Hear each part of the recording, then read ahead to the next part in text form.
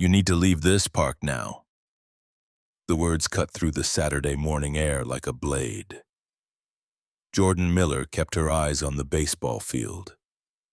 Watching her nephew Ethan field a ground ball at shortstop, the metal bleachers pressed cold against her back. Despite the June sun, she did not turn around, did not acknowledge the voice behind her, because she knew exactly what would happen if she did. Officer Brian Carter moved into her peripheral vision. His bulk blocking the exit route between the bleacher rows, his hand rested on his duty belt in that casual way that was not casual at all, ma'am. I am not going to ask twice, he said. Jordan finally looked up. Good morning, officer, she said, keeping her voice level. Can I ask what this is about? We received a complaint, Carter replied. His eyes scanned her leather work bag. The thermos beside her, the jacket folded neatly on the bench ID. Now out on the field, Ethan glanced toward the bleachers. Even from 40 yards away, Jordan could see his smile falter. She forced herself to stay calm. I am happy to cooperate, she said, but I need to understand the basis for this stop. Carter's jaw tightened. Loitering, he said. Park rules, no unaccompanied adults. Jordan's eyes shifted to the yellow sign posted at the field entrance. The black letters were clear even from this distance, no loitering, 5:50. She checked her watch. 10:10 in the morning, officer. That sign specifies nighttime hours, she said. It is just after 10 hours. 10 minutes. Do not get smart with me. Carter snapped ID. Now later, when she pulled the 911 logs through the public records request, Jordan would see the call that started everything. The caller's voice, preserved in digital clarity, said, There is a black woman alone at the bleachers, no children with her. She is just staring at the children.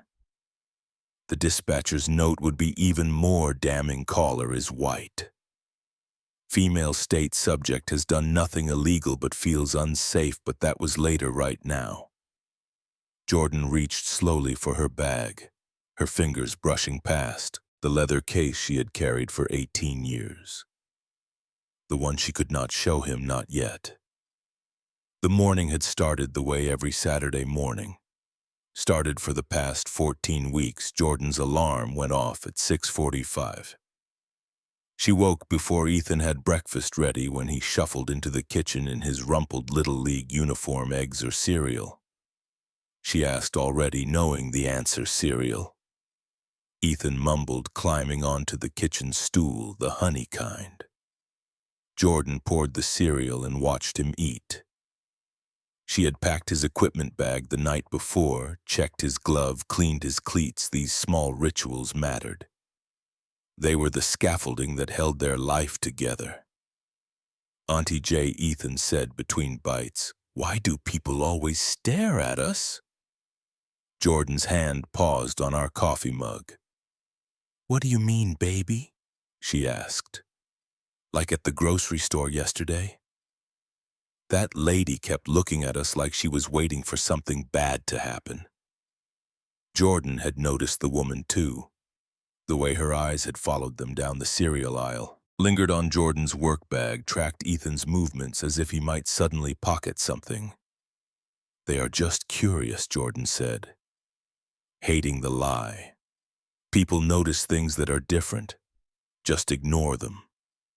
Ethan nodded, but his eyes held that look, the one that said he was learning lessons she wished she did not have to teach. They arrived at City Park at 9:38. Jordan parked in her usual spot, 2 spaces from the field entrance. She had chosen it deliberately, close enough to see the field, but with 2 exit routes if needed. The path to the main road was clear on her left. The service road behind the concession stand offered a second option. She noted these things automatically, the way some people notice cloud formations. She had learned long ago that awareness prevented problems where civilians saw a peaceful Saturday morning. She saw angles, vulnerabilities, escape routes. The bleachers were filling with parents Jordan recognized most by now. Though few had learned her name, they clustered in their usual groups, sharing coffee, discussing carpools and weekend plans. Jordan sat apart, 3 rows up on the visitor's side. She could not commit to their rhythms. Her work schedule was unpredictable. She could not promise carpool rides when she might be gone for days. A woman in yoga pants and a pristine white visor approached Laura Bennett. Jordan had learned her name from the team roster, though. They had never spoken. "Hi there," Laura said, climbing the bleacher steps. "I do not think we have met properly, are you?" "Ethan's mom, his aunt," Jordan replied. Jordan. Laura's smile did not reach her eyes. Her gaze dropped to Jordan's leather work bag. "Professional, expensive. Oh, how nice," Laura said. "And what do you do, Jordan?" "Government work," Jordan said. "Consulting?" Laura's eyebrows rose. "Oh, like social services?" she asked. The assumption hung between them. Government work plus black woman plus raising her sister's child equals social worker. Case manager, maybe probation officer, never anything with real authority, never anything requiring a federal badge, something like that, Jordan said, offering nothing more. Laura lingered another moment, her eyes moving from Jordan's face to her bag and back. "Well, it is nice to finally chat," she said. "I have seen you here a few times. You always sit alone. I like the view from here," Jordan replied. Laura retreated to her usual spot among the other mothers. Jordan watched her lean close to 2 women in matching team shirts. Saw their eyes cut toward her, saw the whisper start. The sidelong glances, the careful distance, the way people shifted their bags closer when she walked past out on the field. Ethan took his position at shortstop. He waved toward the bleachers and Jordan waved back. He was happy here, that mattered. He had been through enough upheaval. His mother was serving 10 years for possession with intent. A mandatory minimum that did not care about addiction or desperation. Ethan needed stability. He needed to be a kid.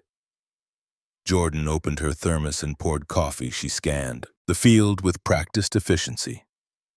50 people today. 35 adults, 15 children. Too young for the team. The concession stand had a security camera pointed toward the parking lot, but the angle would not catch the bleachers. A patrol car circled the park every 30 minutes. She timed it over 3 weeks, regular as clockwork. She noted the exits again. 2 clear paths. The field had chain-link fencing on 3 sides, but the 4th side behind home plate was open to the parking area. She could be in her car in under 45 seconds if needed. Ethan fielded a practice grounder cleanly through to first base with that awkward but determined motion of a kid still growing into his arm. Strength. Jordan felt her chest tighten with pride. He was resilient. Stronger than she had been at 11. He had adapted to living with his aunt. Learned the rules, did not complain about the things they could not afford or the fact that his mom only called once a month from prison. He just kept moving forward, which was why Jordan showed up every single Saturday, no matter what. Down below Laura. Bennett pulled out her phone. She turned away from the field, walking toward the parking lot with hunched shoulders. Jordan watched her thumb move across the screen, saw her glance back toward the bleachers, toward Jordan specifically. Something cold settled in Jordan's stomach. She had seen this before, not here, but in her work. The way people looked when they were reporting something, when they were calling someone, when they were setting something in motion.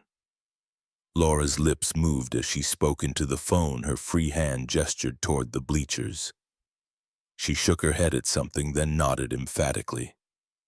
Jordan set down her coffee. Her instincts were prickling now, that 6th sense that had kept her alive in far more dangerous situations.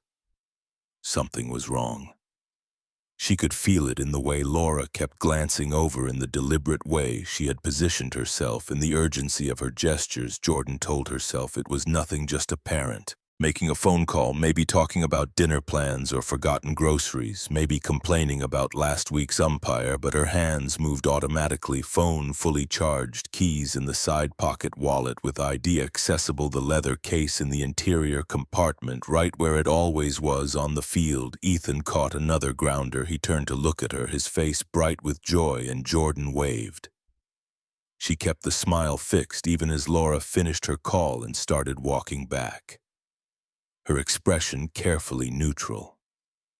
She told herself it was nothing, she was wrong. 6 minutes after Laura Bennett's phone call ended, a white patrol cruiser rolled into the parking lot. Jordan tracked its movement from her seat on the bleachers, watched it circle once, before pulling into a spot near the field entrance. Officer Brian Carter emerged, adjusting his duty belt with one hand. Speaking into his shoulder radio with the other, he did not scan the crowd, did not look for context. He walked directly toward Jordan, his trajectory as straight as a bullet. "Ma'am," Carter said, stopping at the base of the bleachers. "Need to see some ID." Jordan kept her eyes on the field for another moment, watching Ethan field a practice grounder. Then she turned to face the officer. "Good morning, officer," she said, keeping her voice level. "Can I ask what this is about? We received a complaint." Carter replied. His eyes moved over her leather bag, her thermos, her jacket folded neatly beside her ID. Now Jordan had been through enough interactions to know the game. No articulable suspicion mentioned. No specific complaint detailed, just a demand backed by the authority of a badge and the implicit threat of what happened to people who did not comply. She could feel the other parents watching now. Conversations dying mid-sentence, heads turning to see what was happening. "I would be happy to comply with that lawful order," Jordan said, emphasizing the phrase slightly. "But I need to understand the basis for this stop." Carter's expression shifted. That was not the response he had expected. Most people either handed over ID immediately or got defensive, argumentative. Jordan's tone was calm, professional, almost procedural. "The basis," Carter said, his voice hardening, "is that I am a police officer and I asked you a question. That is all the basis you need." Jordan held his gaze. She had filed enough reports to know how this would read later. Subject became argumentative, refused to cooperate with officers' lawful commands, displayed suspicious behavior warranting further investigation. The narrative was already being written in his head, each word of her resistance transformed into evidence of guilt. "Officer, I am not refusing," Jordan said. "I am asking for clarification. What is the complaint? You are loitering," Carter said, gesturing toward the yellow sign at the field entrance. "Park rules, no unaccompanied adults." Jordan's eyes followed his gesture. The sign was clearly visible from where she sat. Black letters on yellow metal, no. Loitering 10:00 p.m. to 6:00 a.m. She checked her watch deliberately, making sure Carter saw the gesture. "Officer, that sign specifies nighttime hours," she said. 10:00 p.m. to 6:00 a.m. It is currently 10:17 in the morning. Do not tell me how to read a sign. Carter snapped around them. The atmosphere had changed. The crack of bats hitting balls continued, but the parent chatter had stopped. Everyone was watching now. Laura Bennett stood near the concession stand, arms crossed, phone still in her hand. 2 other mothers had moved closer, whispering behind their hands out on the field. Ethan glanced toward the bleachers, even from 40 yards away. Jordan could see his smile falter, see him register that something was wrong. Jordan reached slowly for her bag, telegraphing her movements. "I have my driver's license," she said, "and I have the park permit confirmation email on my phone. I am listed as an authorized adult for the team." "Just the ID," Carter said. Jordan pulled out her wallet, extracted her driver's license, and handed it up to him. Carter took it. "Carter, Without looking at her face, tilting the card to catch the light, checking the photo against her features, then he keyed his shoulder. Radio copy, I have a black female, Jordan Miller, age 38, at City Park Baseball, he said, running for wants and warrants. The words hit Jordan like a slap. Running her name through the system was standard procedure for some stops, but doing it out loud, making sure everyone within 50 feet heard it. That was performance. That was establishing narrative. That was making sure all the watching parents knew that the police were checking it. If she had a criminal record, Jordan's jaw tightened. She could end this right now. Flash the credential case in her bag. Watch.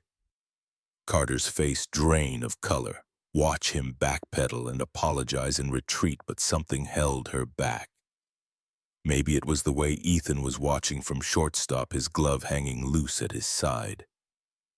Maybe it was the way Laura Bennett's expression had shifted to something like satisfaction. Maybe it was 18 years of experience that told her this moment needed to be documented, preserved. Turned into evidence, a second patrol car pulled into the lot. Sergeant Michael Thompson emerged, older than Carter, his uniform crisp and perfectly pressed. He walked with the careful precision of someone who had learned to hide behind procedure to weaponize policy manuals and departmental regulations. What's the situation? Thompson asked Carter, not looking at Jordan's suspicious person. Call Captain, Carter replied. Subject is uncooperative, refused to provide ID. Initially, now questioning the legitimacy of the stop. Jordan opened her mouth to correct him, to point out that she had asked for clarification before complying, not refused, but Thompson cut her off with a raised hand. Ma'am, we are going to need you to come with us for questioning, Thompson said. Am I being detained?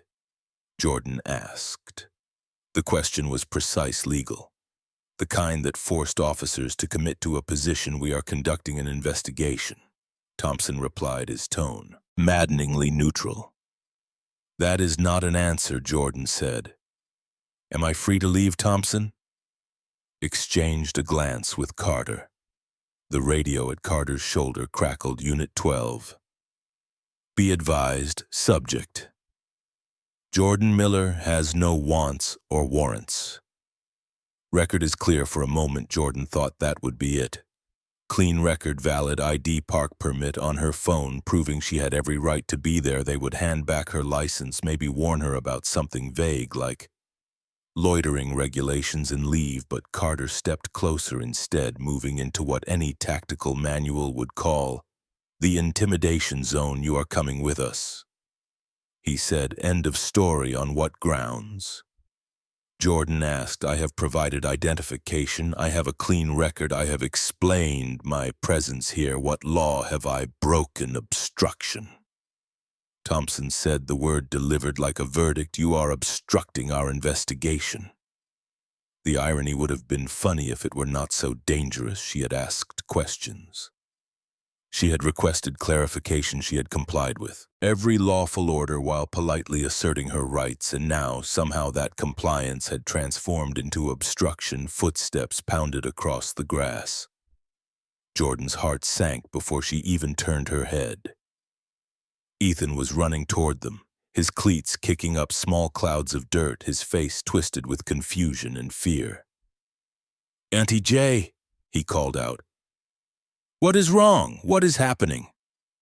Jordan held up a hand, trying to stop him, to keep him away from this moment. But he was already there, breathless, looking between her and the officers with wide eyes. It is okay, baby, Jordan said, forcing her voice to stay steady. Just a misunderstanding. Go back to your team, son. This does not concern you. Thompson said to Ethan. Go back to the field. Jordan's voice dropped to ice. Do not speak to him, she said. It was the first time real authority had leaked into her tone, the first crack in the careful civilian mask she had been wearing. Carter heard it, his eyes narrowed slightly. Something in his posture shifting. Ma'am, you will need to come with us now, he said, If you refuse, we will place you under arrest for what crime, Jordan asked again. Resisting arrest, Carter said the circular logic laid bare without shame later. When the public records request came back, Jordan would see the full 911 transcript. The timestamp showing Laura Bennett's call came in just as the first pitch was being thrown. The audio recording preserving her voice, saying there is a black woman alone at the bleachers, no children with her, she is just staring at the children. It makes me uncomfortable. The dispatcher's note underneath would be even more damning. Caller is white female, states. Subject has done nothing illegal but feels unsafe. Advise caller that without criminal activity, police response may be limited. Caller insisted on officer presence.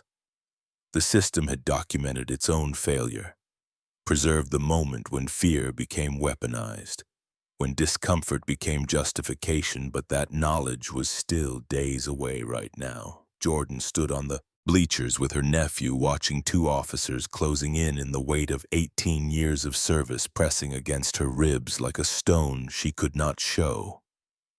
Ethan grabbed her hand.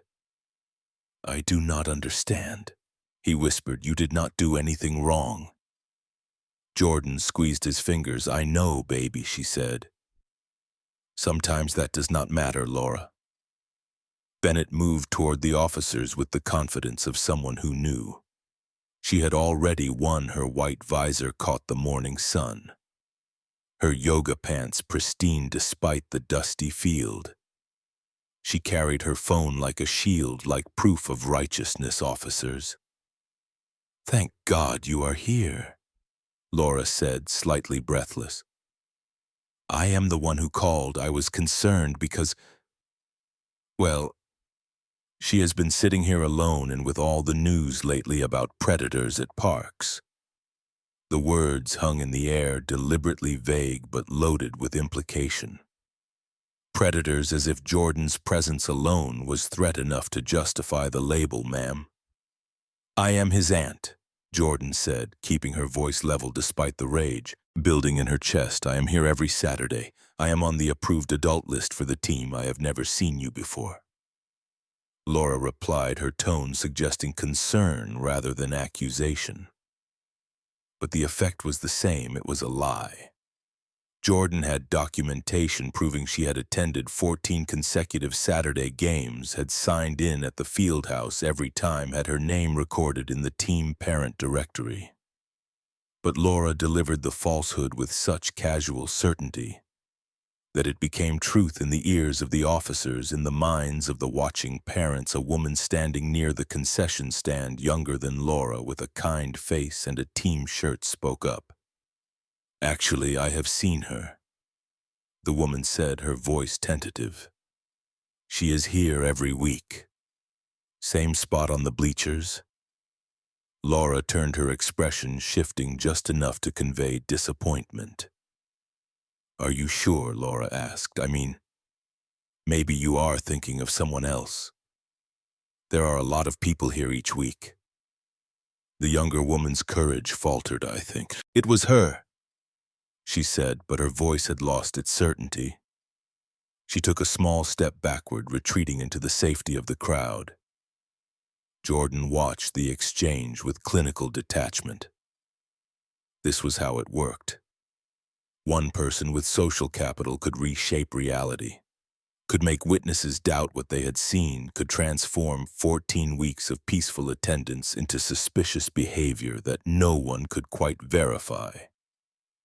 Carter shifted his weight, his hands still resting on his duty belt. "Ma'am, we are going to need you to come with us," he said to Jordan.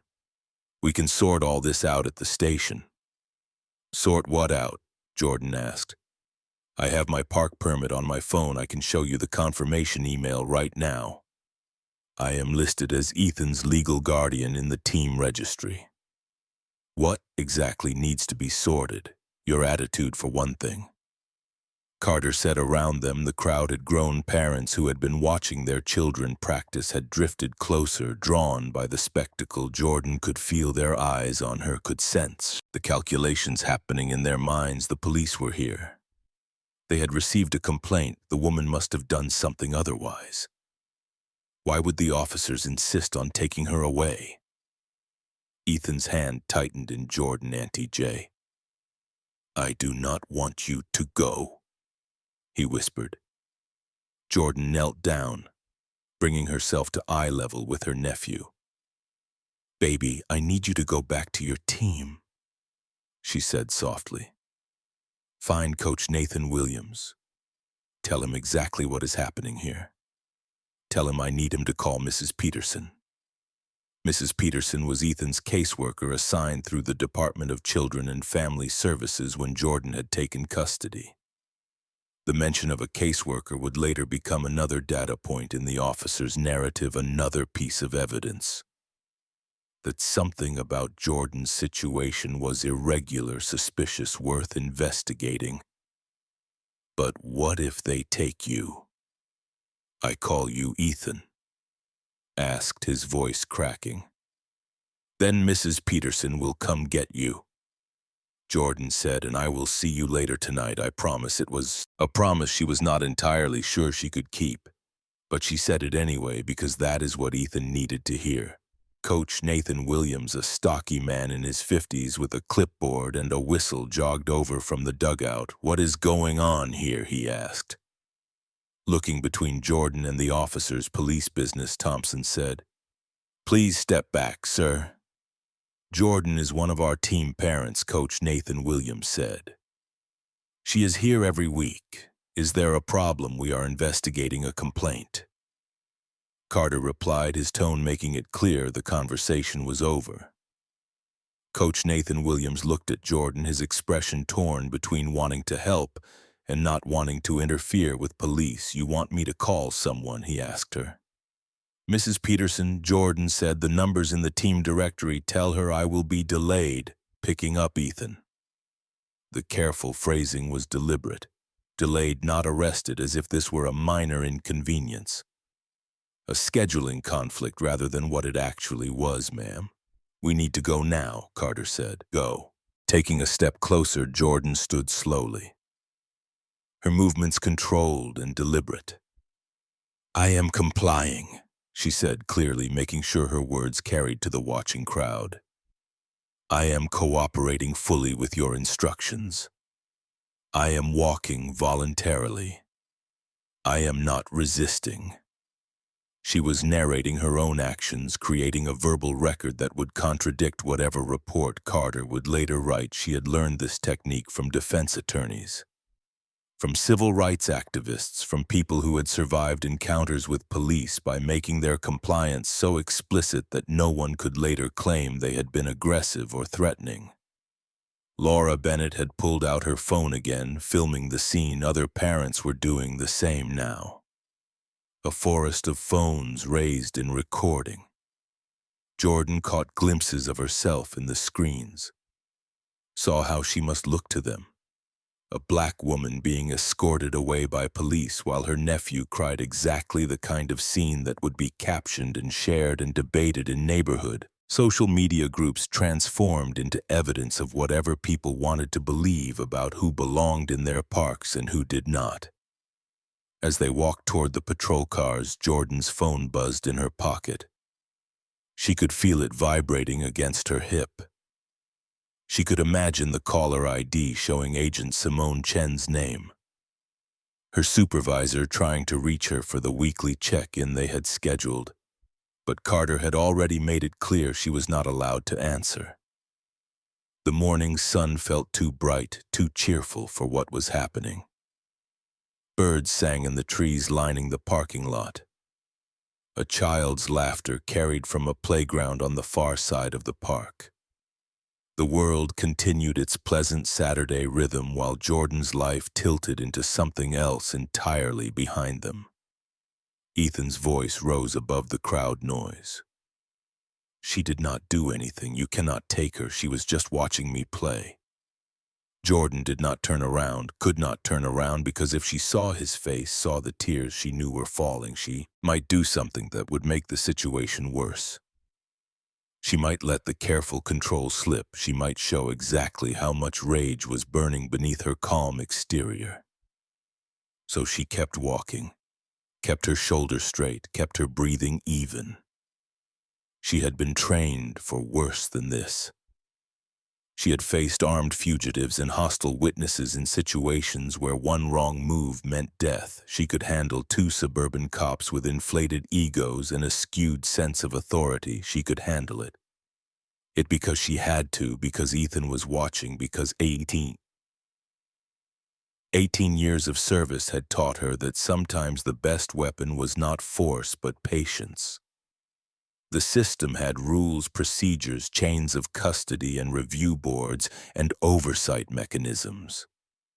They might twist those rules in the moment, but eventually, with the right documentation and the right evidence, the truth would surface. She just had to survive long enough to make that happen. They were halfway across the parking lot when Jordan's phone buzzed again, the vibration insistent against her hip. She knew without looking that it was Agent Simone Chen, her supervisor at the U.S. Marshal Service. Their weekly check-in was scheduled and Chen was nothing if not punctual. "My phone is ringing," Jordan said, stopping. "I need to answer it. Keep walking," Carter said, his hand moving to her elbow. "Officer, it is my employer," Jordan said. "They are expecting my call if I do not answer. They will assume something is wrong," which was exactly true. Chen knew Jordan's Saturday routine, knew she was at Ethan's game. Jordan knew that missing a scheduled check-in meant either emergency or trouble. The Marshal Service did not take silence lightly from their deputies, especially not ones who worked fugitive apprehension. "You can call them back from the station," Thompson said, moving to Jordan's other side. The two officers flanked her now, a formation designed to control movement to prevent escape. To demonstrate authority to anyone watching, Jordan's phone continued to buzz. "This is a professional call," she said. "I have a right to inform my employer of my location." "You have the right to remain silent," Carter said with a smirk. "Maybe exercise that one." The phone stopped and buzzing 5 seconds passed. Then it started again. Chen was calling back, which meant she was already concerned, already noting the missed contact in whatever log she kept for her deputies. Jordan reached slowly for her pocket, her movements deliberate and visible.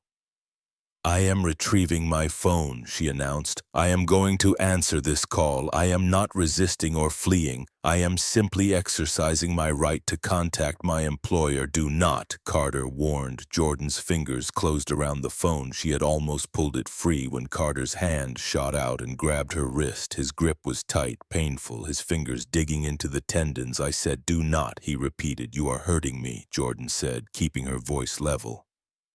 "Please release my wrist instead." Carter yanked the phone from her grasp. The movement was aggressive, excessive, the kind of force that left no doubt about his intent to dominate the situation. Jordan's phone tumbled through the air, landing on the asphalt with a crack that suggested broken glass. Around them, the parents who had followed from the bleachers gasped.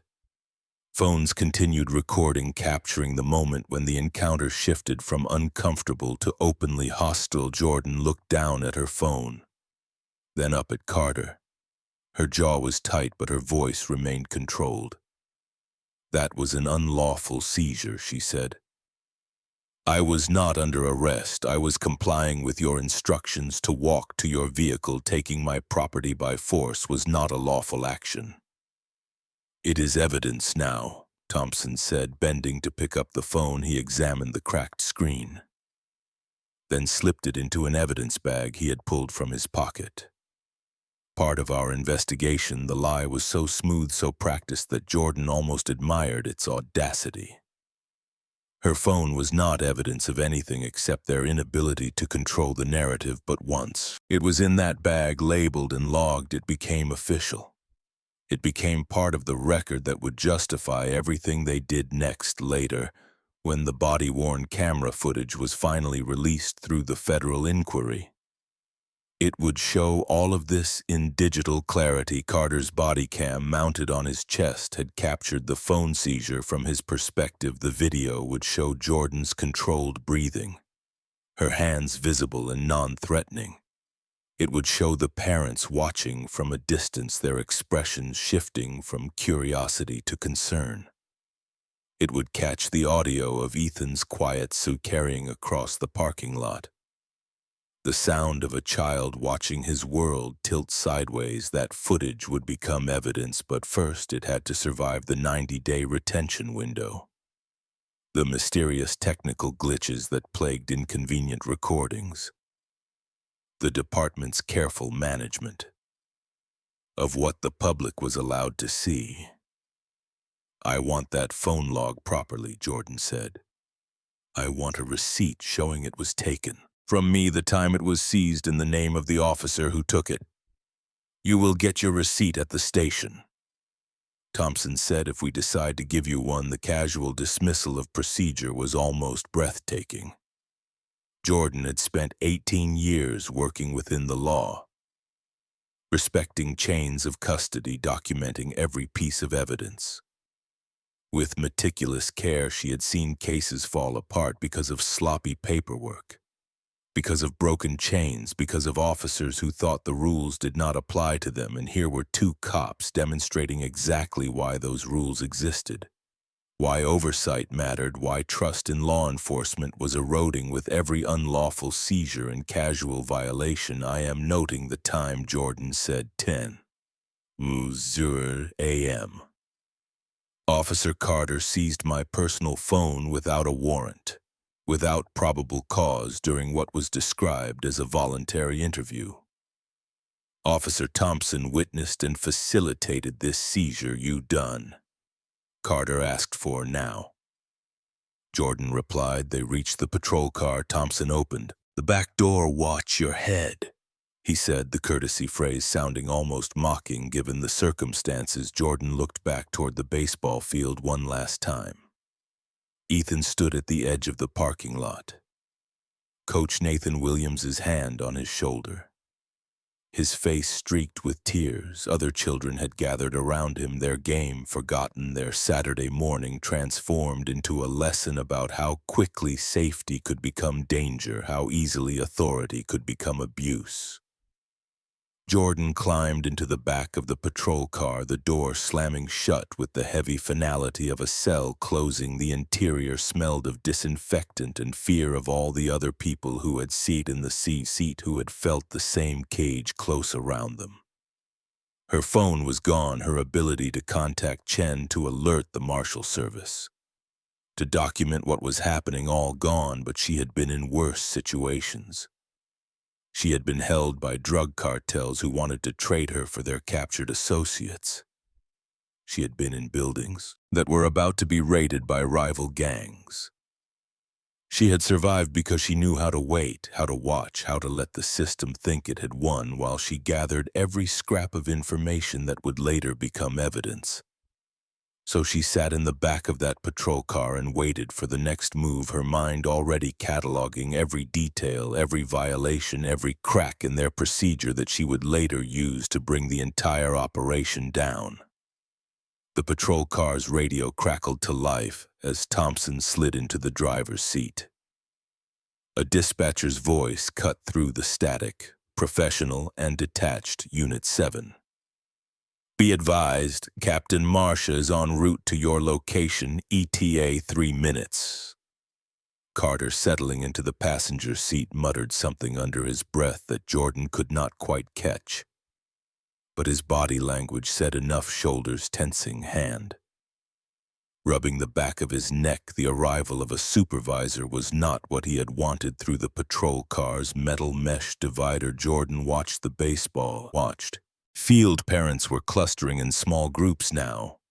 Their phones stole out, their conversations animated. Laura Bennett stood at the center of one group, gesturing as she spoke, building her own narrative, shaping the story before it could shape itself. A third patrol car pulled into the lot, this one unmarked but clearly official. Captain Ellen Marsh emerged, a woman in her early 50s with gray-streaked hair pulled into a tight bun. She wore the kind of permanent expression that came from 30 years of navigating department politics, of learning which battles to fight and which to let slide for the sake of a pension that was finally within reach.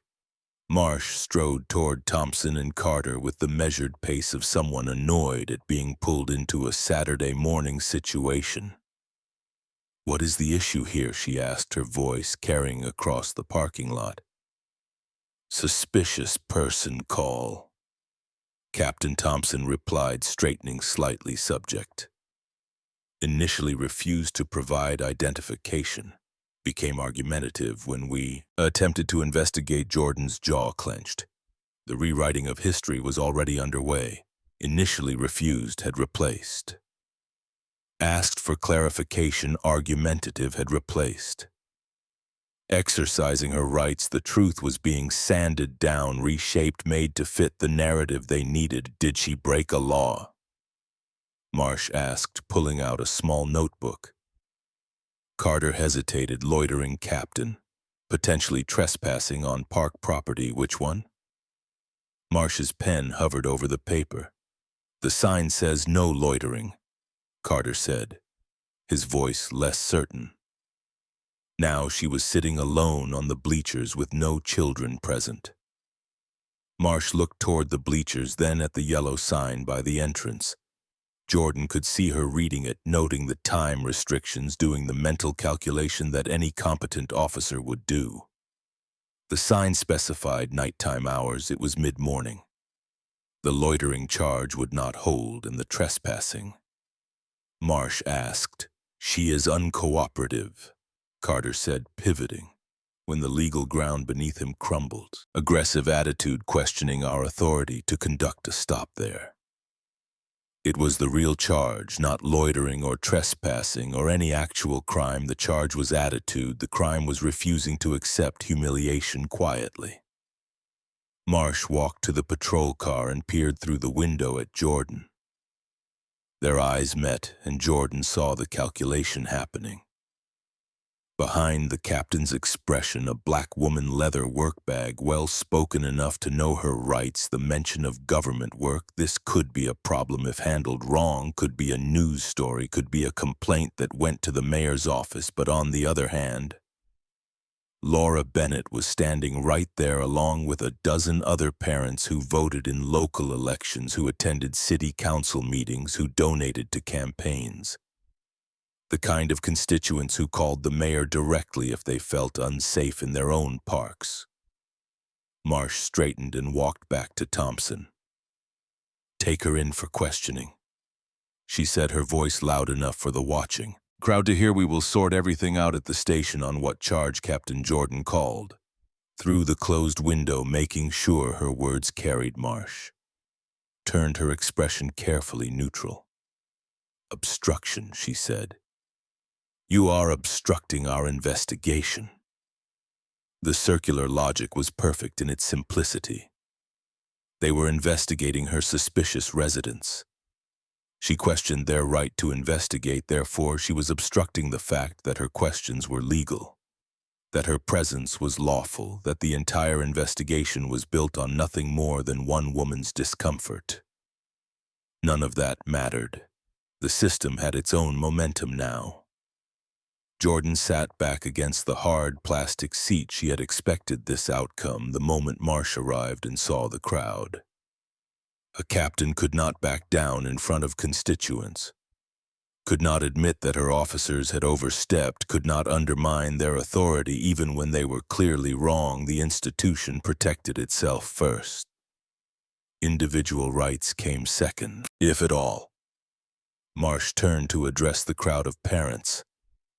"Folks, we appreciate your patience," she announced, her voice carrying authority and false reassurance. "In equal measure, we are just following up on a legitimate concern. There is no danger. Please return to your activities."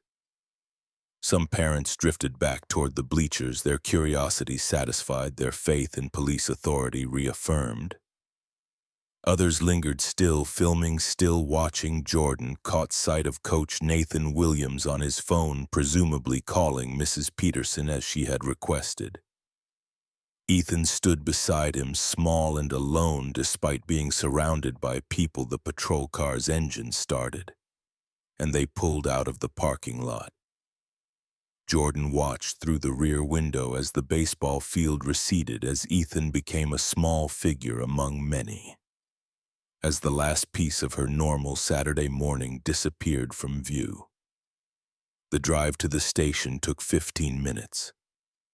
Jordan accounted them, noted the turns, memorized the route Thompson drove, carefully obeying every traffic signal, maintaining the speed limit. Carter typed on a laptop mounted to the dashboard, presumably writing the initial report.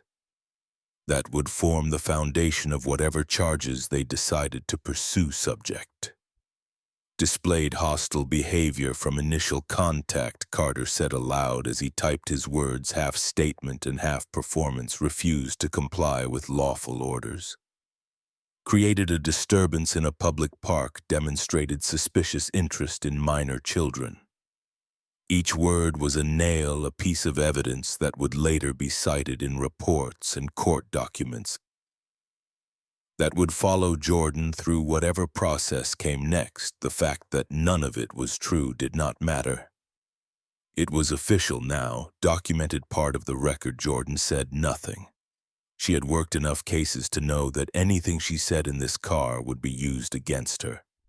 The patrol car's recording system was running, capturing audio, if not video. Better to stay silent, to let them build their case on the foundation of lies and procedural violations. Better to wait for the moment when she could present the truth on her terms, with her evidence in a forum where their words carried no more weight than hers. The station appeared ahead, a low brick building with barred windows and a parking lot full of police vehicles, home territory for them. Hostile ground for her, but Jordan had operated in hostile territory before she knew how to survive, until reinforcements arrived. And reinforcements were coming. She just had to wait. The booking area of the station smelled of industrial cleaner and still coffee. Fluorescent lights hummed overhead, casting everything in a harsh white glow that made shadows look sharper than they should. Thompson led Jordan through a security door, down a corridor lined with holding cells, to a processing desk where a sergeant sat reviewing paperwork. Voluntary questioning, the desk sergeant asked. Looking up. Obstruction charge, Thompson replied. Subject needs to be processed. The distinction mattered. Voluntary questioning meant Jordan could leave at any time, meant she was helping with an investigation rather than being detained against her will. Processing meant fingerprints and photographs in a record that would follow her regardless of whether charges were ever filed. Jordan stood with her hands at her sides, her posture relaxed but alert. She had been through booking procedures before, but always on the other side, always as the officer bringing in a fugitive rather than the person being documented. The reversal was jarring, disorienting in a way that had nothing to do with the physical space and everything to do with the sudden loss of control. Ma'am, I need you to empty your pockets, the desk sergeant said. Sliding a plastic tray across the counter, Jordan complied, placing her keys and wallet in the tray. Her hands moved slowly, deliberately, making sure every gesture was visible and unthreatening.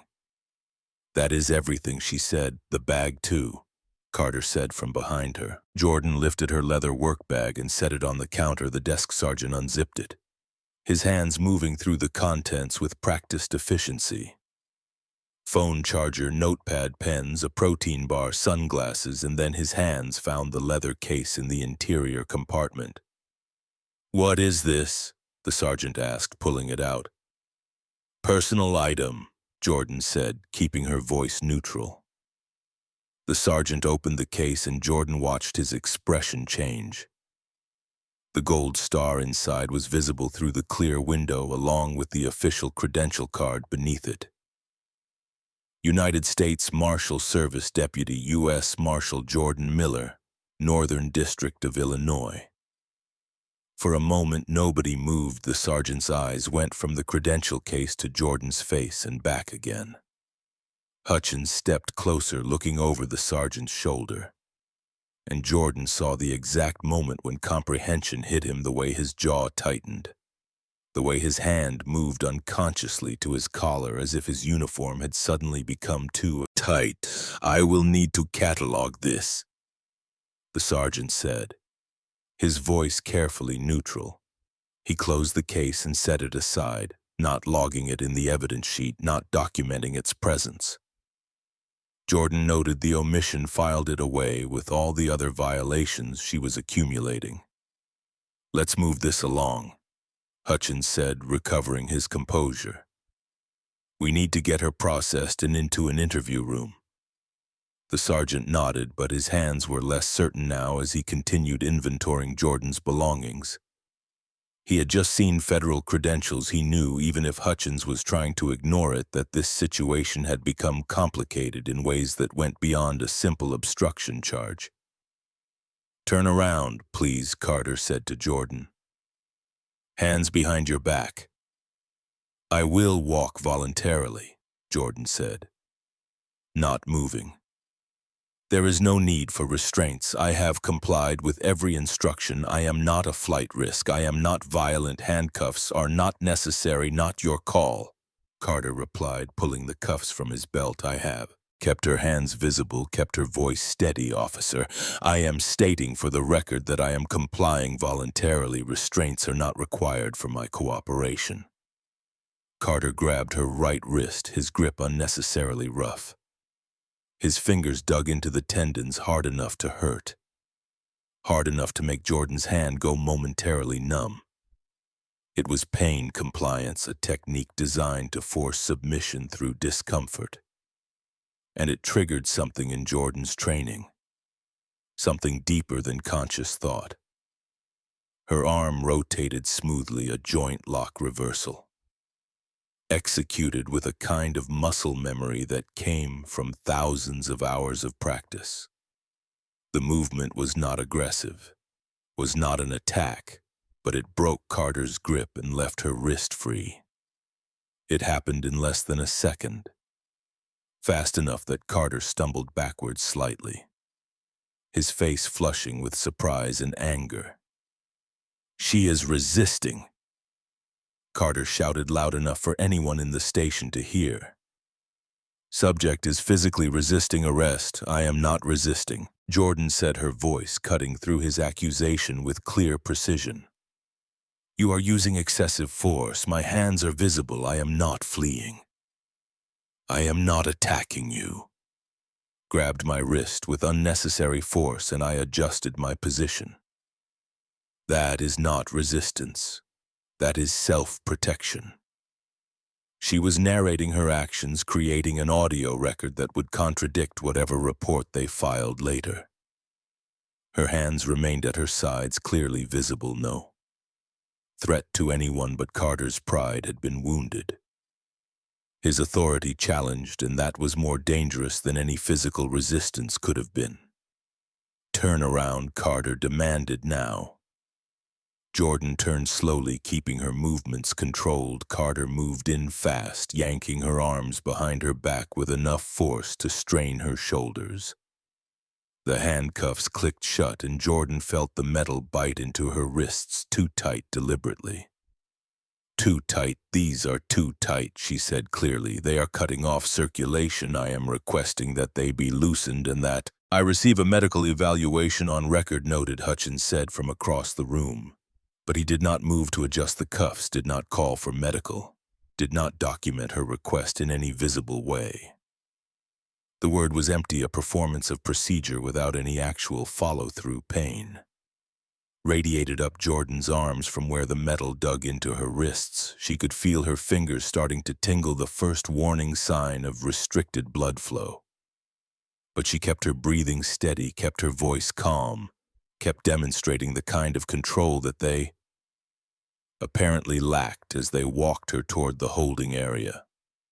Jordan spoke again, her words delivered with the kind of precision that came from hearing them read aloud hundreds of times in courtrooms and interrogation rooms. "I am invoking my right to remain silent," she said. "I request an attorney. I do not consent to any searches of my person or property beyond what is necessary for safety during booking." The Miranda warnings delivered perfectly without hesitation, without the stammering confusion that most civilians showed when trying to remember their rights. Under pressure, Carter stopped walking, staring at her with an expression that mixed suspicion with something like unease. "How the hell do you know that?" he muttered. Jordan said nothing. She had already invoked her right to silence anything. She said now could only hurt her case, but the question hung in the air between them, adding to the growing list of things about her that did not fit the narrative they had constructed through the station's main entrance. Jordan heard a commotion, raised voices, someone demanding to know where Jordan Miller was being held. She recognized the voice even before she saw its owner, Mrs. Peterson. Mrs. Peterson, Ethan's caseworker, was standing at the front desk with Coach Williams beside her. "I have a 9-year-old boy whose guardian has been arrested," Mrs. Peterson was saying, her voice sharp with professional authority. "I need to know the charges, and I need to know them now. That child is standing outside in the parking lot without supervision, and he is terrified." Jordan's chest tightened. "Ethan." She told him to call Mrs. Peterson, but she had not wanted him to have to wait, had not wanted him to spend even 1 minute wondering if his aunt was coming back. His mother was already in prison. The fear of losing another adult, of being truly alone, that fear must be overwhelming him right now. "Ma'am, we are processing the suspect," the front desk officer was saying to Mrs. Peterson. "You will need to wait until booking is complete. That suspect is a legal guardian with a child in state custody," Mrs. Peterson shot back. "You do not all get to take your time while a minor is in crisis." "Where is she?" The door to the booking area opened, and Mrs. Peterson's eyes found Jordan immediately. The caseworker's expression shifted from anger to something more complex when she saw the handcuffs, saw the too tight grip that was leaving Jordan's hands pale, saw the careful control Jordan was maintaining despite everything. "Jordan, are you all right?" Mrs. Peterson asked. "I have invoked my right to remain silent and requested an attorney," Jordan replied. "Please make sure Ethan gets home safely. The spare key is in the magnetic box under the mailbox. Feed him lunch. Tell him I will see him tonight." Even now, even in handcuffs, Jordan's first priority was making sure Ethan was taken care of. Mrs. Peterson nodded, understanding the subtext. Jordan was not admitting guilt. She was not asking for help for herself. She was doing what she had always done, putting Ethan first. "I will take care of him," Mrs. Peterson said, "and I am calling your attorney. This is not how legal guardians are supposed to be treated." Carter pulled Jordan toward the holding cells before she could respond. The corridor stretched ahead of them, fluorescent lights reflecting off polished floors, each step taking her further from the world where she had authority and control, deeper into a system that had decided she was a threat. But even as they locked her in a holding cell, even as the metal door clanged shut and she was left alone in the small space with its single bench and concrete walls, Jordan's mind was working. She was cataloging evidence, noting violations, building the case that would eventually dismantle theirs. They had taken her phone, but they had not found the small recording device clipped to her shirt collar, the one that looked like an ordinary pen. But she had been capturing audio since the moment Carter first approached her at the baseball field. Everything was being documented. Everything would eventually surface. They thought they had won by getting her into a cell. They had no idea the war had just begun. 3 hours passed in this holding cell. Jordan accounted them by the rhythm of the station around her. The shift change at noon brought new voices, different footsteps. The lunch delivery cart squeaked past her door twice. Someone in another cell was singing off-key and repetitive until a guard told them to shut up. Jordan sat on the concrete bench, her wrist still aching from the too tight handcuffs they had finally removed. Her shoulders hurt from being forced back during the arrest, but the physical discomfort was manageable. She had endured worse during training exercises during fugitive captures that went sideways during the time a methamphetamine cook had broken her ribs with a pipe before she had taken him down. What bothered her more was the silence. No phone, no contact with the outside world. No way to reach Agent Chen to explain why she had missed their check-in to activate the protocols that would bring federal attention to this situation. She was isolated, cut off exactly where Hutchins and Carter wanted her. But they had made mistakes. She could feel it in the way they had avoided logging her credential case, in the nervous energy that had filled the booking area after the desk sergeant opened it, in the too long delay before anyone came to question her. They knew they had arrested someone who did not fit their usual pattern, and they were trying to figure out how to handle it. In the evidence locker down the hall, Jordan's phone began to ring. The sound was muffled by the plastic evidence bag, but loud enough that the officer at the station near the locker looked up from his magazine. The screen lit up, clearly visible through the clear bag. The caller ID displayed in white letters, DOJ Chen. The officer stared at the phone for a moment, then quickly walked to the booking desk. "Sarge," he called out, "we have a problem." "What kind of problem?" he was asked. The phone from the park arrest, it was ringing. Caller ID said Department of Justice. The sergeant's expression shifted immediately. He stood, walked to the evidence locker, and peered at the screen through the plastic bag. Jordan's phone was still ringing, still displaying Chen's name and title. "Shit," the sergeant muttered. He grabbed his desk phone and dialed an internal extension. "Sergeant Hutchins, you need to come to booking right now," he said. "We have a situation with the Miller arrest." 2 minutes later, Hutchins appeared, his uniform slightly rumpled from whatever he had been doing. "What's the situation?" he asked. The desk sergeant pointed to the evidence bag. Her phone had been ringing for the past 10 minutes, Department of Justice.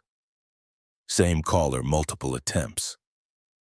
Hutchins stared at the phone as it rang again, Chen's name appearing once more on the screen. Could be anyone, he said, but his voice lacked conviction. Could be a scam call, could be. "It says Department of Justice," the sergeant interrupted. "And it is calling back repeatedly. That is not a scam pattern. That is someone trying to reach her urgently." Hutchins pulled out his own phone and typed something, presumably researching, trying to figure out how deep the problem went. His face went pale as he read whatever appeared on his screen. "Call Captain Marsh," he said. "Tell her we may have arrested a federal employee."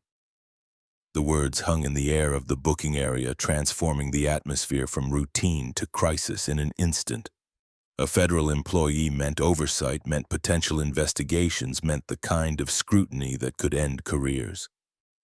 What none of them knew, what they could not have known because they had been too focused on dominance and control to notice details, was that the small pen clipped to Jordan's shirt collar was not just a pen.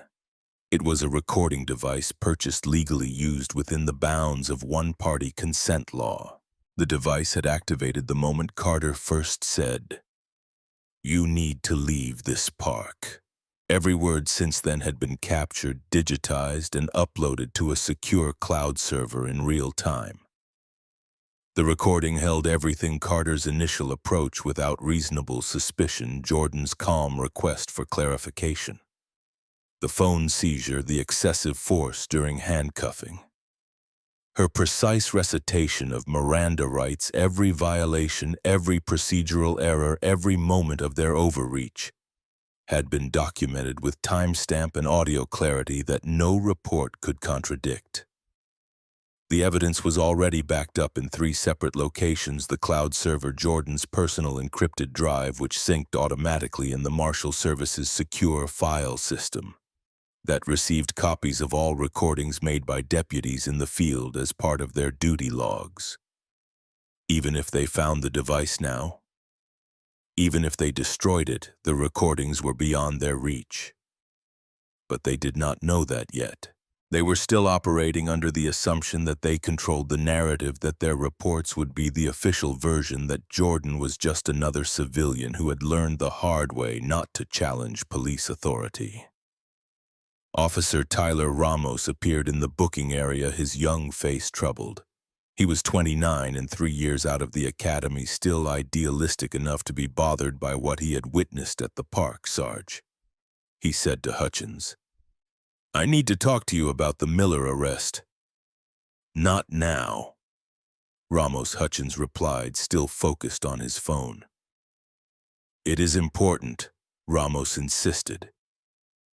"I looked her up. She is listed in the federal directory, Deputy United States Marshal, Northern District of Illinois." The words landed like a bomb. The desk sergeant stopped typing. Hutchins' head snapped up. Even the officer who had first noticed the phone ringing turned to stare. "What did you say?" Hutchins asked, his voice dangerously quiet. "Jordan Miller Ramos," repeated Federal Employee Directory. "She has been a deputy marshal for 16 years, Fugitive Apprehension Unit. I pulled her service record through the law enforcement database. She is legitimate. Why the hell did you not check this before we brought her in?" "You did not ask me to," Ramos replied. "You and Carter handled the whole thing. I was just there as backup. But when I saw her credential case during booking, I got curious, so I checked." Hutchins turned to the desk sergeant. "Did you log that credential case?" he asked.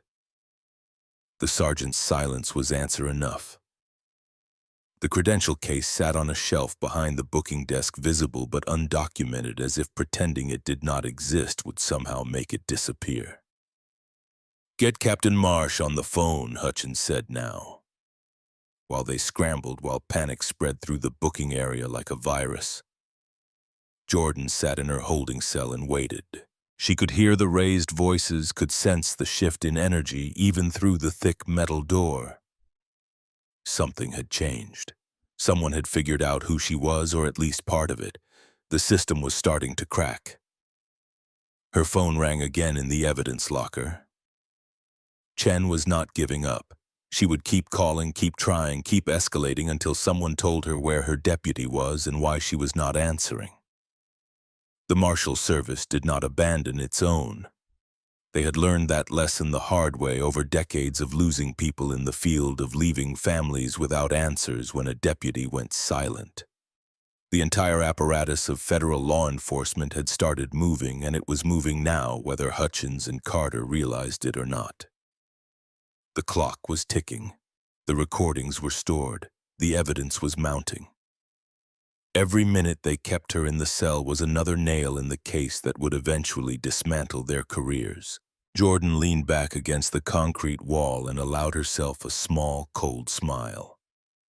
They had wanted to teach her a lesson about knowing her place, about accepting humiliation quietly. Instead, they had given her exactly what she needed: documentation, witnesses, a clear pattern of rights violations that even the most department-friendly review board could not ignore. The war was not over, but the first battle was already won. Captain Marsh arrived at the station 40 minutes later. Her expression carefully controlled, but her movements sharp with irritation. She went directly to the booking area where Hutchins and the desk sergeant waited, with the kind of nervous energy that came from knowing a situation had spiraled beyond their control. "Show me everything," Marsh said, not bothering with pleasantries. The desk sergeant laid out Jordan's belongings on the counter: the wallet, the keys, the phone in his evidence bag still showing missed calls from Agent Chen. And finally, the leather credential case opened to display the gold star and federal identification card. Marsh picked up the case, studying it with the practiced eye of someone who had spent nearly 3 decades in law enforcement. She knew what a federal credential looked like, knew the weight and heft of it, knew that faking one was a federal crime that people rarely attempted. "This is real. You arrested a Deputy United States Marshal," she said, her voice flat with a kind of controlled fury that was more dangerous than shouting. "Captain, we did not know." Hutchins started. She did not identify herself, she continued, did not show credentials, she did not have to identify herself. She was not committing a crime. You had no grounds for the stop, let alone an arrest. She sat down the credential case and picked up Jordan's phone, noting the caller identification still visible on the screen.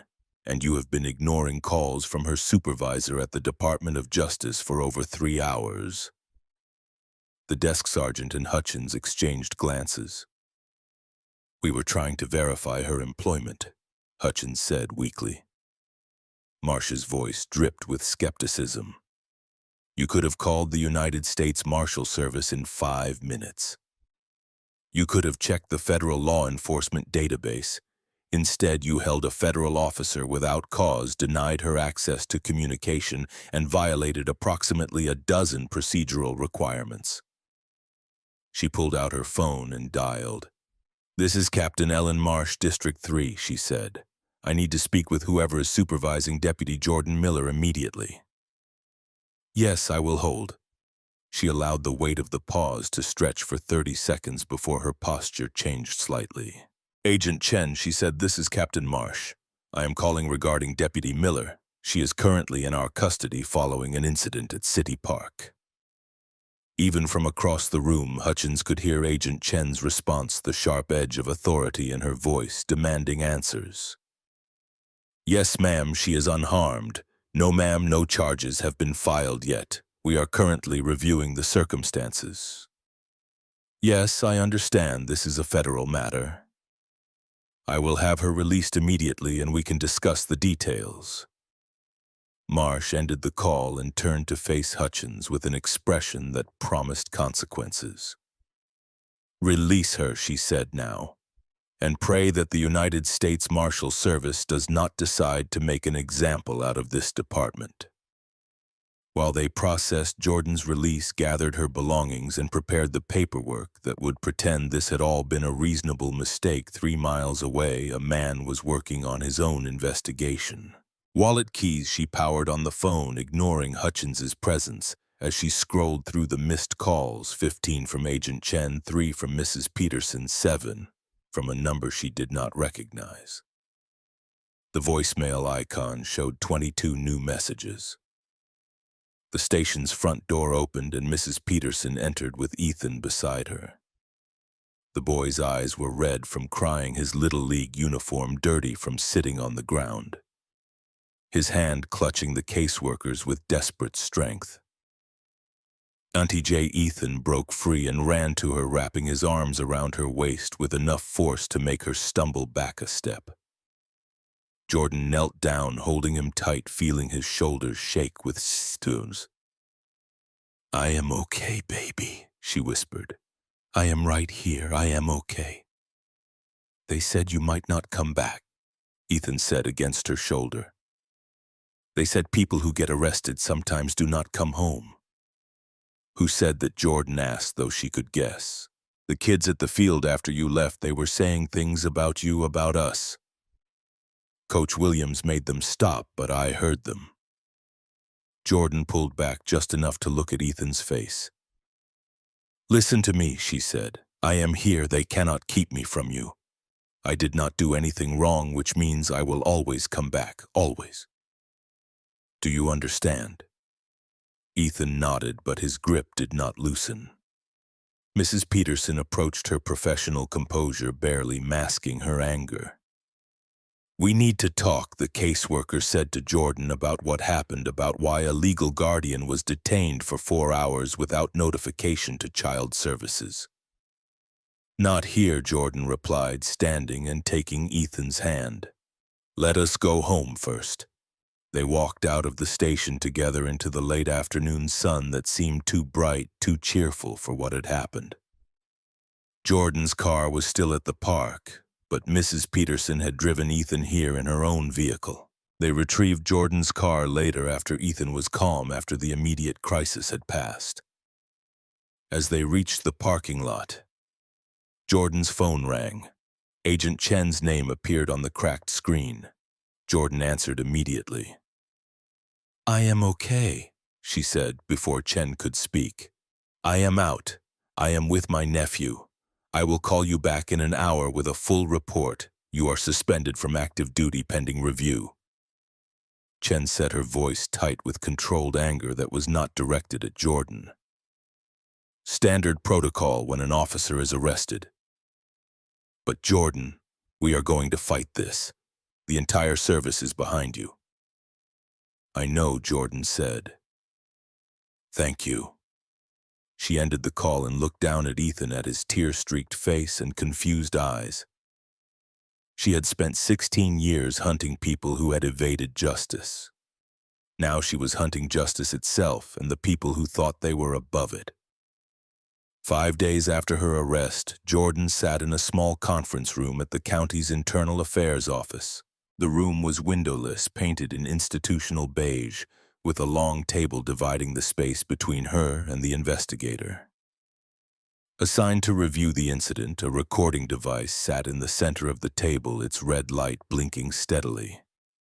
Across from her sat investigator David Monroe, a neutral third party from the County Oversight Board. He was 58, gray-haired, with the tired eyes of someone who had reviewed too many complaints and found most of them led nowhere. Behind him against the wall sat Sergeant Hutchins. The department had allowed him to be present, a courtesy that Jordan knew was really about controlling the narrative. Miss Miller Monroe began opening a manila folder. You stated in your initial complaint that you are a federal employee. Can you provide documentation of that claim? Jordan had been waiting for this moment.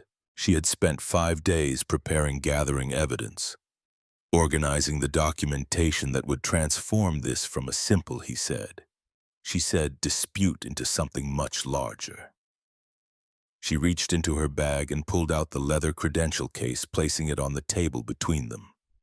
Monroe picked it up, opened it, and his expression shifted immediately. The gold star gleamed under the fluorescent lights.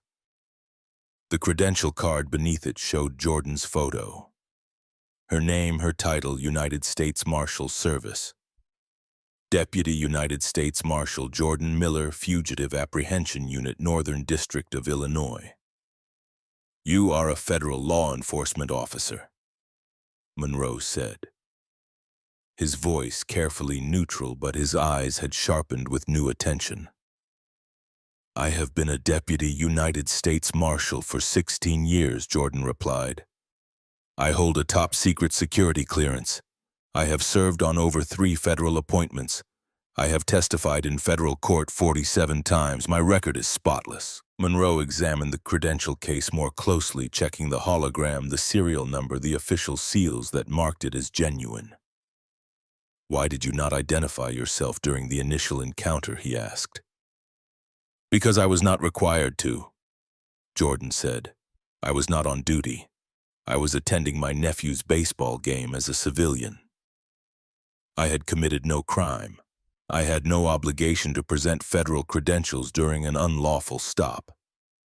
Hutchins shifted in his chair and Monroe glanced back at him before returning his attention to Jordan. The officer's report states that you became argumentative and refused to cooperate, Monroe said. That you created a disturbance and had to be detained for everyone's safety. Jordan had expected this. She had read the reports they had filed, the careful construction of lies that painted her as aggressive, suspicious, dangerous. But she had prepared for it. I have audio documentation that contradicts those reports, Jordan said. Audio documentation, he repeated. Jordan pulled a small device from her bag, setting it on the table. It looked like an ordinary pen, the kind thousands of professionals carried every day. This is a recording device, she explained. I activated it the moment Officer Carter first approached me. At the baseball field, Illinois is a one-party consent state. If you are part of a conversation, you can legally record it. I have been carrying this device for 12 years as part of my fieldwork protocol, Jordan explained.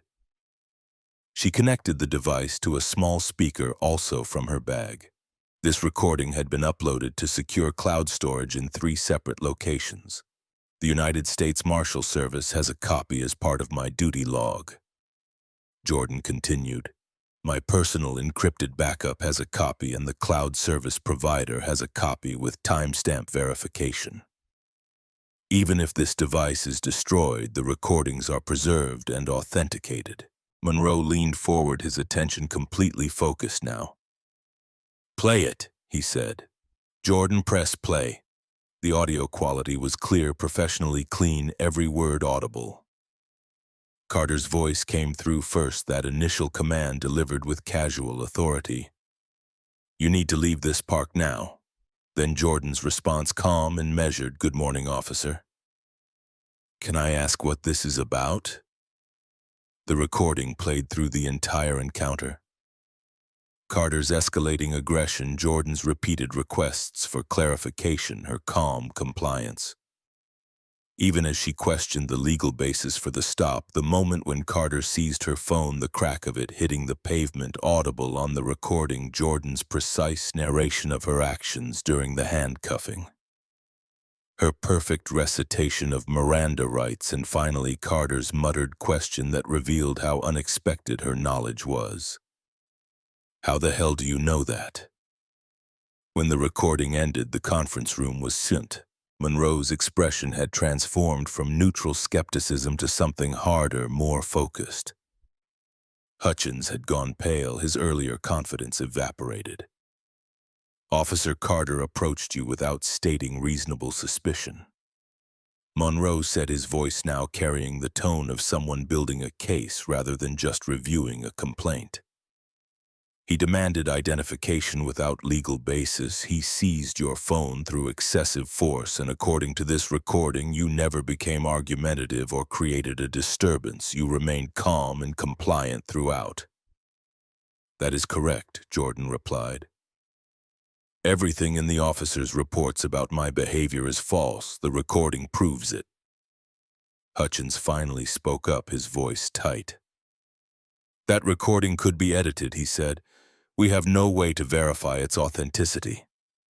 Jordan turned to look at him directly. "The recording includes metadata showing continuous capture without interruption," she said. "The cloud service provider can verify the upload timestamps. The United States Marshal Service has certified it as part of my official duty log, and the device itself can be examined by a forensic expert to confirm it has not been tampered with." She paused, letting that sink in. "But if you would like additional verification," she continued. "Officer Carter was wearing a body-worn camera. His footage will show the same events from his perspective. I have already requested that footage through official channels," Jordan explained. Monroe made a note on his pad. "The body-worn camera footage is being reviewed," he said. "We should have it available within the next few days." "I would like to address something else," Jordan said, pulling another document from her bag. "During my booking, Sergeant Hutchins examined my credential case. He opened it, read it, and then set it aside without logging it in the evidence inventory. That is evidence suppression. That is a deliberate attempt to hide the fact that he knew he had arrested a federal officer." Hutchins' face flushed red. "I did not know what it was," he protested. "I glanced at it, but I did not have time to." "You had 4 hours." Jordan interrupted, her voice sharp now. 4 hours while I was held in a cell. 4 hours during which my supervisor at the Department of Justice called my phone 15 times. 4 hours during which you failed to notify federal authorities that one of their officers was in custody. That is not an oversight. That is intentional." Monroe's pen moved rapidly across his notepad. "Ms. Miller," he said, "or should I say Deputy Miller.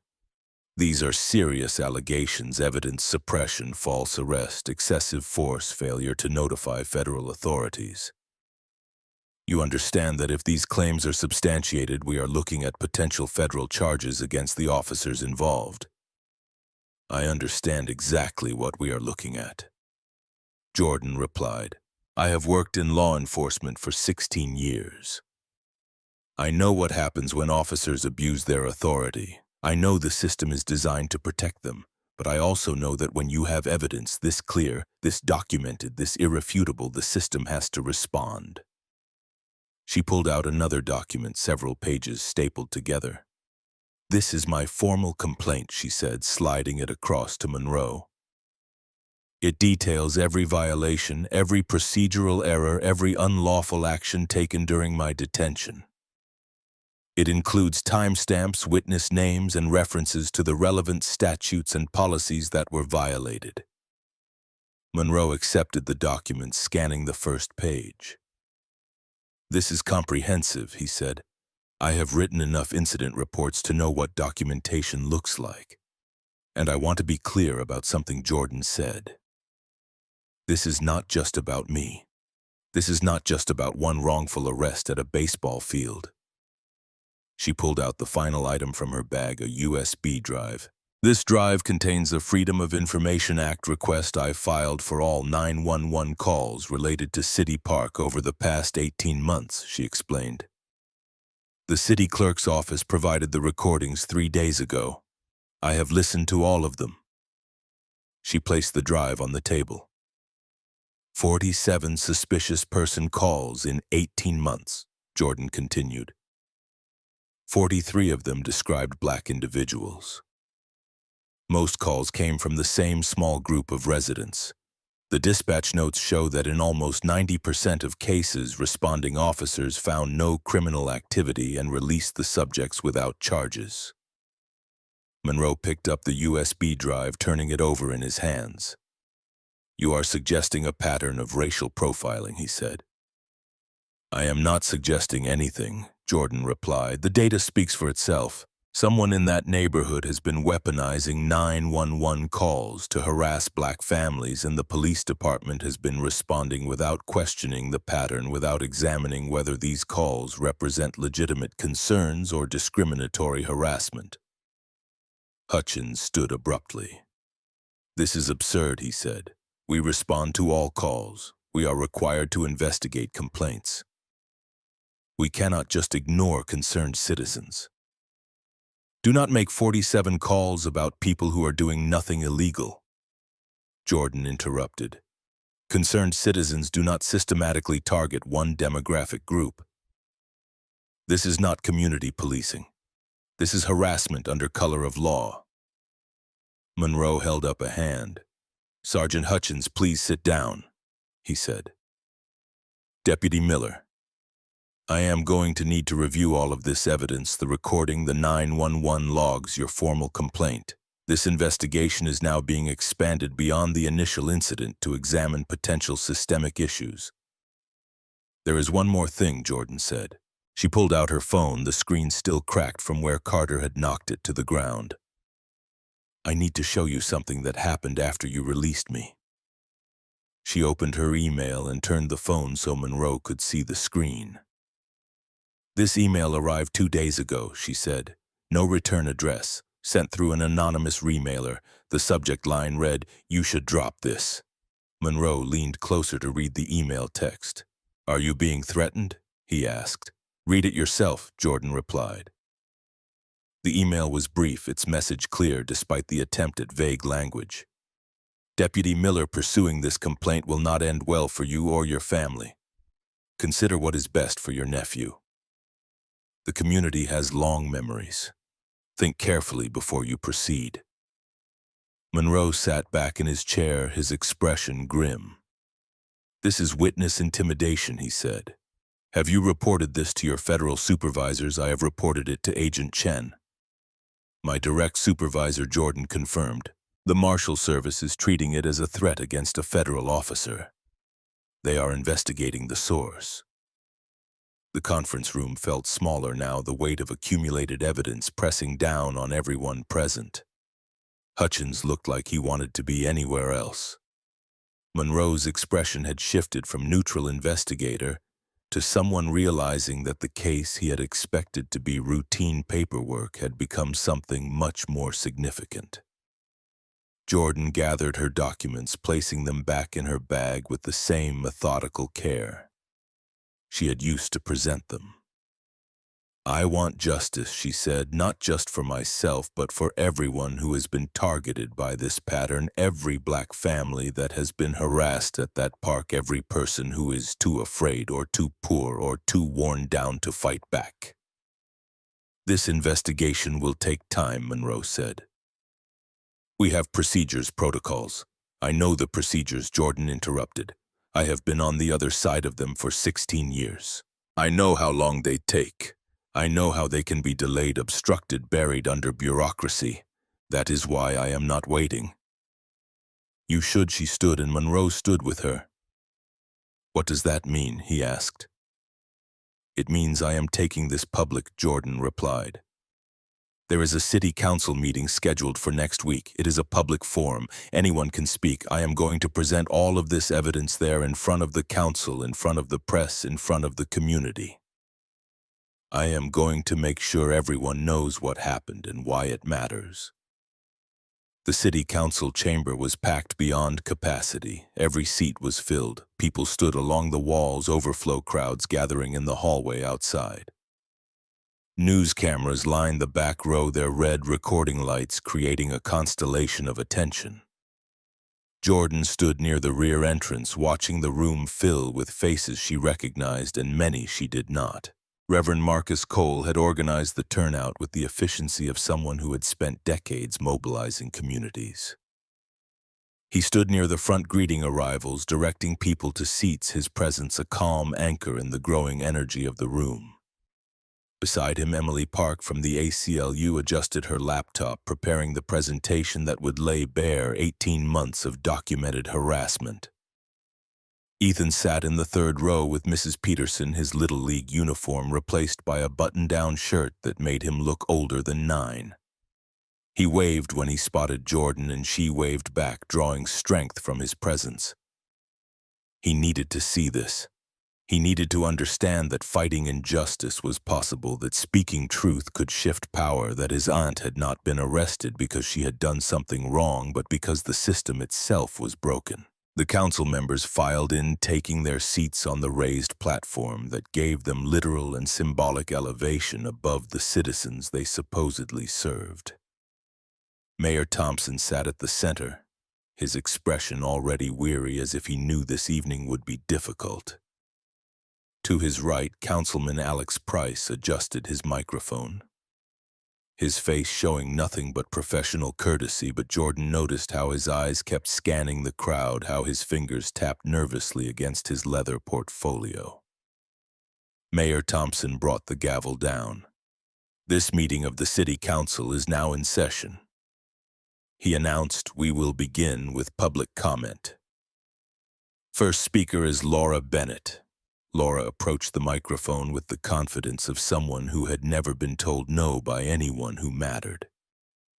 Her white visor was gone, replaced by business casual attire that suggested respectability and concern. Thank you, Mayor Thompson, she began. I called the police to City Park because I was concerned for the safety of the children. We have had issues at that park, and when I saw an unfamiliar woman sitting alone watching the field, I did what any responsible community member would do. I reported a potential threat.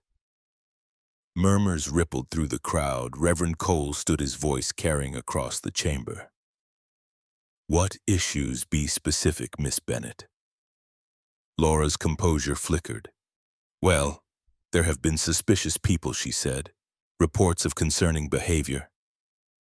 Mean black people, Emily interjected from her seat, because that is what the data shows. I did not say that, Laura protested. I never mentioned race. This is not about race. It is about safety. Emily stood and approached the presentation screen at the front of the chamber. Then let us look at the data, she said, opening her laptop. The screen behind the council members lit up with the spreadsheet numbers and categories arranged in neat columns. This is 18 months of 911 calls to City Park. Emily explained, her voice carrying the authority of someone who had built cases on evidence rather than emotion. 47 calls total, all reporting suspicious persons or concerning behavior. Let me break down the demographics. She clicked and a pie chart appeared. The visual was stark, undeniable. 43 of those 47 calls, 91%, described black individuals, Emily continued. The remaining 4 calls described Latinx individuals. 0 calls describe white subjects as suspicious. 0. The chamber went silent. Even the reporters had stopped typing, their attention fixed on the screen. Of those 43 calls about black individuals, 42 were investigated and dismissed as unfounded. No criminal activity, no threatening behavior, just people existing in a public park. The only exception is Jordan Miller's arrest, which is currently under federal investigation for civil rights violations. Laura had retreated to her seat, her face flushed. The council members shifted uncomfortably, several looking at papers on their desks rather than at the presentation. Councilman Price, Emily said, turning to address him directly, your firm. Safe Neighbor Patrol holds a contract with the city for private security services, correct? Price cleared his throat, his professional mask firmly in place. That is public record, yes, he replied. My firm provides supplementary security for city parks and facilities, and your firm is paid per incident response, Emily asked. That is standard industry practice, Price said, but his voice had lost some of its confidence. So when 911 calls increase, your revenue increases, Emily stated. She clicked to the next slide. A graph appeared showing 2 lines that tracked together with disturbing precision. This blue line shows the number of suspicious person calls to City Park per month, Emily explained. This red line shows payments to Safe Neighbor Patrol. Notice anything interesting? The correlation was impossible to ignore. Before Price's contract was signed in January of the previous year, City Park averaged 8 calls per month. After the contract, this average jumped to 27 calls per month, a 340% increase. You are profiting from racial profiling, Emily said, her voice sharp with accusation. Every false call, every harassment of black families, every officer responding to baseless complaints generates revenue for your company. You have a financial incentive to keep the calls coming. That is a baseless insinuation, Price protested, standing now. We respond to legitimate concerns. We do not control who calls 911. But you benefit when they do, Emily replied. 18% of calls after your contract was signed describe people of color. 89% are dismissed as unfounded. This is not security. This is a profit scheme built on discrimination. Agent Simone Chen stood from her seat in the middle section. She had been sitting quietly observing, but now her federal authority filled the room with unmistakable weight. The United States Marshal Service has referred this matter to the Department of Justice Civil Rights Division, she announced. We are investigating potential violations under Title 18 United States Code Section 242, deprivation of rights under color of law. This became a federal case the moment Deputy Miller was detained without cause. The crowd erupted. Reporters typed frantically. Council members leaned toward each other, whispering urgently. Carter and Hutchins, sitting in the back corner in civilian clothes, went pale. Captain Marsh tried to regain control. This is an internal matter, she protested. The department is conducting its own investigation. It became federal jurisdiction. When your officers arrested a deputy United States Marshal without probable cause, seized her property illegally, and held her for 4 hours without notifying federal authorities. Your internal investigation is welcomed, but it does not preclude federal oversight. Agent Chen replied. Mayor Thompson banged his gavel, trying to restore order. Please everyone, let us maintain decorum, he said. But the chamber had transformed from a routine council meeting into something more powerful. Jordan could feel it in the air, the shift from individual grievance to collective recognition that the pattern was real. documented, undeniable. "I would like to speak," Jordan said, moving toward the microphone. The room fell silent as she approached. This was the moment she had been preparing for, the opportunity to transform her personal violation into systemic change. She adjusted the microphone and looked out at the assembled crowd, at the cameras recording every word, at Ethan watching her with wide eyes. "My name is Jordan Miller," she began. "I am a Deputy United States Marshal, and I have served for 16 years. I have tracked fugitives, protected witnesses, and served high-risk warrants. I have been shot at, threatened, and faced down armed criminals without flinching."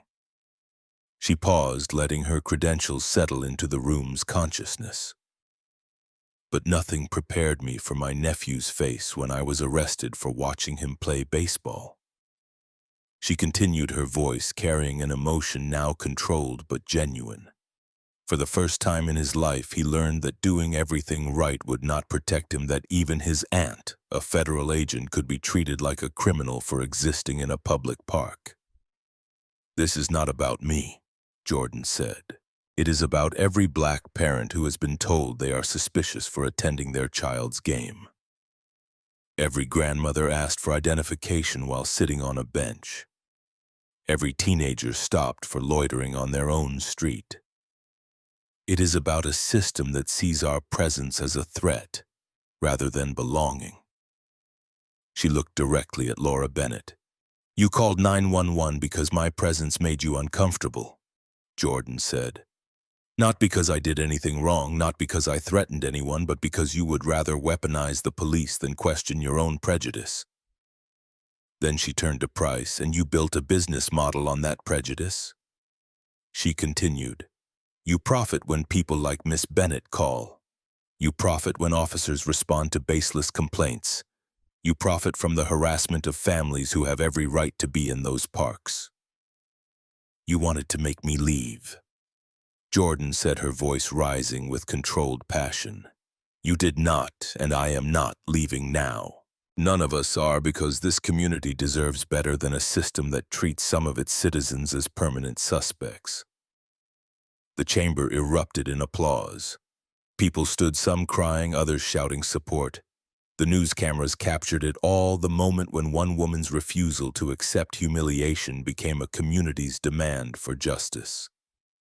Mayor Thompson let the applause continue for a moment before banging his gavel. "Order, please," he said. "The council needs to discuss appropriate responses," but Jordan knew the real decision had already been made, not by the council, but by the people filling this chamber, by the reporters broadcasting this story, by the federal agents now examining every aspect of the department's practices.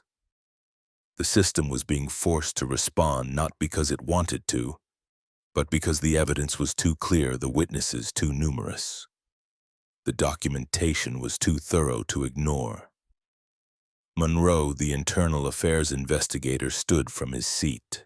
"Mayor Thompson, members of the council," he said. "Formally, based on the preliminary findings of my investigation, I am recommending that Officer Carter and Sergeant Hutchins be suspended without pay pending full disciplinary hearings.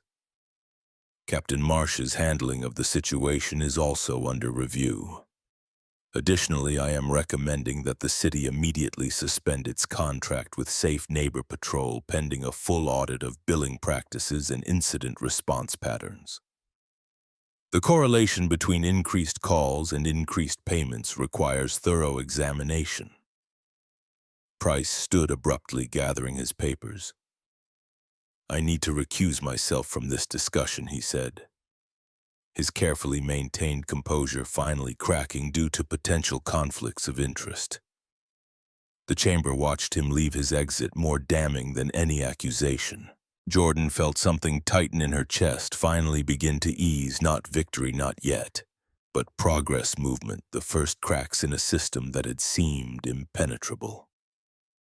2 weeks after the city council meeting, Jordan pulled into City Park with Ethan beside her. The Saturday morning air held the same warmth as that first arrest, but everything had shifted. She chose her usual spot and killed the engine. "You ready, baby?" she asked. Ethan nodded, gripping his equipment bag tight. "What if people are still mean?" he asked. "Then we deal with it together," Jordan replied. "This is your team. This is your field." They walked toward the bleachers. Some parents smiled and waved, genuine now. Others looked away, quickly uncomfortable. Laura Bennett's spot sat conspicuously empty. She had withdrawn her son from the team, claiming the environment had become hostile. The irony was not lost on anyone. Coach Williams jogged over, relief clear on his face. "Jordan, glad to see you back," he said as Ethan ran to his teammates. Jordan climbed to her usual third-row spot. The metal bleacher was cold, familiar grounding. A patrol car rolled past and Tyler Ramos slowed, nodding respectfully. "Marshal," he said, using her correct title. On the field, Ethan fielded a ground ball cleanly and looked toward the bleachers. Jordan waved. His smile was genuine, untainted by the fear from 2 weeks ago. That alone made everything worth it. That evening, Jordan sat on her couch watching the local news coverage. The anchor's voice was professionally neutral. "Officer Brian Carter has been suspended without pay pending a disciplinary hearing next month. Sergeant Dale Hutchins faces preliminary review by Internal Affairs. Captain Ellen Marsh announced early retirement yesterday, effective immediately with full pension intact." Jordan sat back with her coffee. Suspended, preliminary, pending, early retirement with pension intact. Every word suggested consequences while delivering as little as possible. Carter would probably be back within 6 months, but for now, justice had been served. Hutchins would get a written reprimand. Marsh would collect 70% of her salary for doing nothing. Her phone buzzed. It was Tyler Ramos texting herd rumors. "Internal Affairs is closing the case soon. Insufficient evidence despite everything. Thought you should know." Jordan stared at the screen. They had made noise, forced suspensions, generated headlines, but the machine was already working to minimize damage, to return to normal, to ensure nothing fundamental changed. A knock at the door pulled her attention. Jordan checked the security camera. No one was there. But an envelope lay on the doormat, plain white, no return address, hand-delivered. Jordan pulled on gloves before picking it up.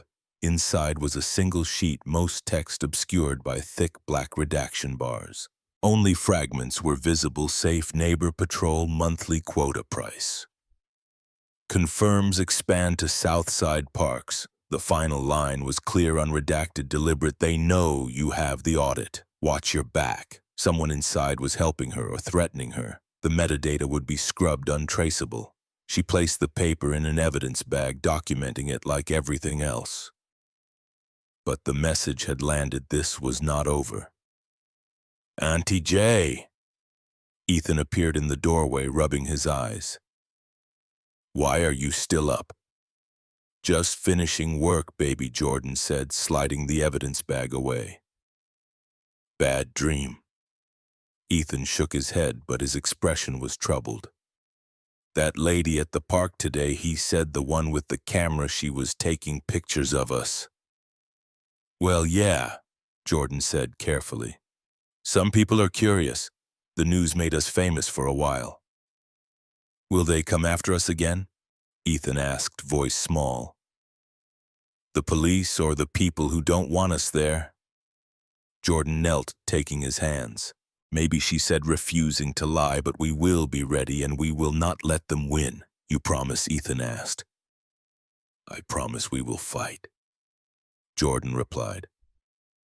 "I cannot promise we will never be scared, but I promise we will not give up."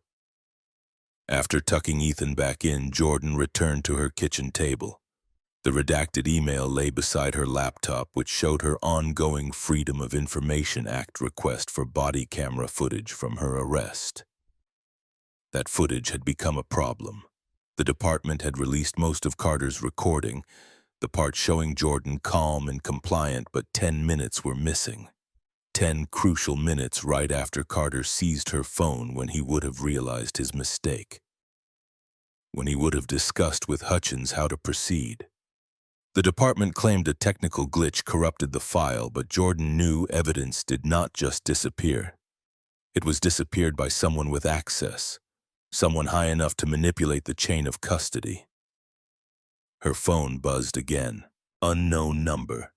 The text made her breath catch. The audit names 6 more parks. How far are you willing to go? Jordan's finger hovered over the screen. She could reply engaged, try to trace the source or ignore it, focus on what she had built, protect Ethan from further exposure. Through the window, she noticed a car idling across the street. A dark sedan with tinted windows and no visible plates had been there for 20 minutes watching. Jordan moved to the side window for a better view, but the car pulled away smoothly, disappearing before she could get a clear look. Maybe nothing. Maybe surveillance. Maybe another intimidation tactic. She returned to the table, the redacted emails spread before her, the unknown number waiting for a response. The missing 10 minutes represented a hole in her case, a gap the department could exploit. Jordan thought about the audit: 6 more parks, 6 more neighborhoods where families were being harassed, where 911 calls were weaponized for profit. If she went after them, the retaliation would escalate. Ethan would be caught in the crossfire. But if she did not fight, those families would continue to suffer. The pattern would continue. Every time someone backed down, the system learned intimidation worked better than justice. Jordan looked at her phone at the unknown number, asking how far she was willing to go. She did not reply. Not yet, but she saved the number, documented the time and date. That night, Jordan sat at her kitchen table, and as dawn broke through the windows, the redacted email before her held secrets. Someone wanted exposed and others wanted buried. The missing footage represented 10 minutes that could prove conspiracy or be dismissed as a technical error. The text about 6 more parks suggested a pattern far bigger than one arrest at one baseball field. She had spent 16 years hunting people who thought they were above the law. She was not going to stop now just because the people she was hunting wore badges instead of ski masks. Jordan opened a new document and began typing a formal request to the Department of Justice for a pattern and practice investigation. Not just her case, the whole system. She did not know if she would win, did not know if the missing footage would surface or stay buried, did not know if the anonymous messages were help or threat. But she knew one thing with absolute certainty: she was not leaving, and she was not done fighting.